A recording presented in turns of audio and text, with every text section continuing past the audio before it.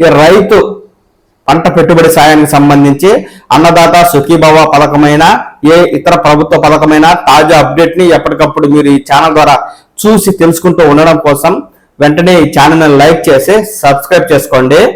Hi friends, రైతులకు పంట పెట్టుబడి సాయం కింద ఇచ్చే అన్నదాత సుఖీభవ పథకానికి సంబంధించి అలాగే వేట నిషేధ సమయంలో మత్స్యకారులకు ఇచ్చే మత్స్యకార భరోసాకు సంబంధించి తాజా అప్డేట్ అయితే వచ్చిందండి.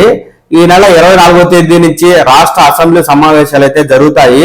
ఇందులో అనుసరించాల్సిన విధి విధానాలకు సంబంధించి ముఖ్యమంత్రి చంద్రబాబు నాయుడు గారు అలాగే మంత్రులు కలెక్టర్లతో సమావేశాలు అయితే నిర్వహిస్తూ ఉన్నారు. ఈ సందర్భంగా ఈ అన్నదాత సుఖీభవ పథకానికి సంబంధించి సబ్జెక్ట్ అయితే వచ్చింది.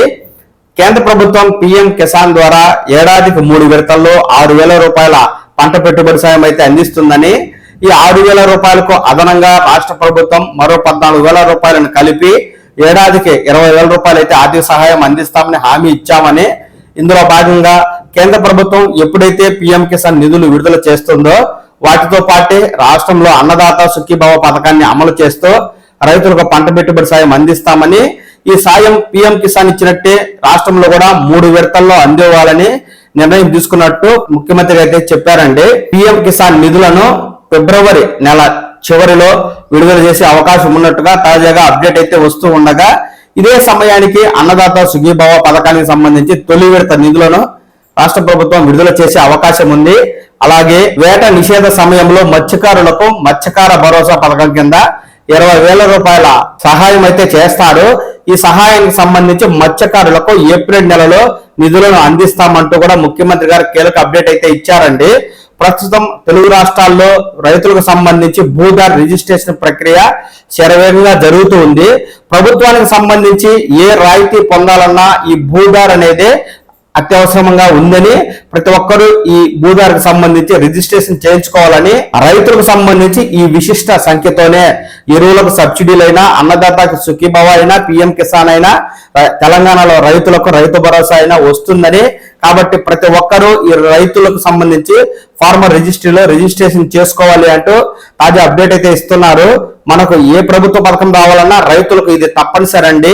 రైతులకు ఫార్మర్ రిజిస్ట్రీ పేరిట ఇచ్చే 11 అంకెల విశిష్ట గుర్తింపు సంఖ్య ఉంటేనే కేంద్ర రాష్ట్ర ప్రభుత్వాలు అమలు చేస్తున్న పథకాలు రాయితీలు వస్తాయని జిల్లా వ్యవసాయ శాఖ అధికారి హబీబ్ బాషా గారు అన్నారు. రైతు సేవా కేంద్రంలో విఏఏ విహెచ్ఏలకు ఫార్మర్ రిజిస్ట్రీ, ఈ పంట ఈకేవైసీపై మంగళవారం సమావేశం నిర్వహించి ప్రతి రైతు విధిగా ఫార్మర్ రిజిస్టర్లో నమోదు చేసుకోవాలని సూచించారు.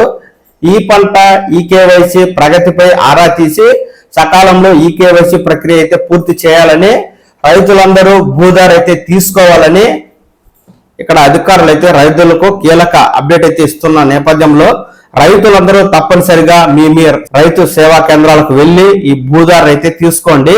ఇక మీదట పిఎం కిసాన్ అయినా, అన్నదాత సుఖీభవ అయినా, రైతులకు సబ్సిడీలు, ఎరువులు అన్నిటికీ ఈ భూదార్ అయితే 11 నెంబర్ల అంకెను అడుగుతారు. కాబట్టి రైతులందరూ ఈ విషయాన్ని దృష్టిలో ఉంచుకుని ఈ నెలాఖరు లోపు మీరైతే మీ సంబంధిత రైతు సేవా కేంద్రాల్లో మీ పేరు రిజిస్టర్ చేసుకుని 11 అంకెల ప్రత్యేక నెంబర్ను అయితే పొందండి. ఈ రైతు పంట పెట్టుబడి సాయానికి సంబంధించి అన్నదాత సుఖీభవ పథకమైన ఏ ఇతర ప్రభుత్వ పథకమైన తాజా అప్డేట్ ని ఎప్పటికప్పుడు మీరు ఈ ఛానల్ ద్వారా చూసి తెలుసుకుంటూ ఉండడం కోసం వెంటనే ఈ ఛానల్ లైక్ చేసి సబ్స్క్రైబ్ చేసుకోండి.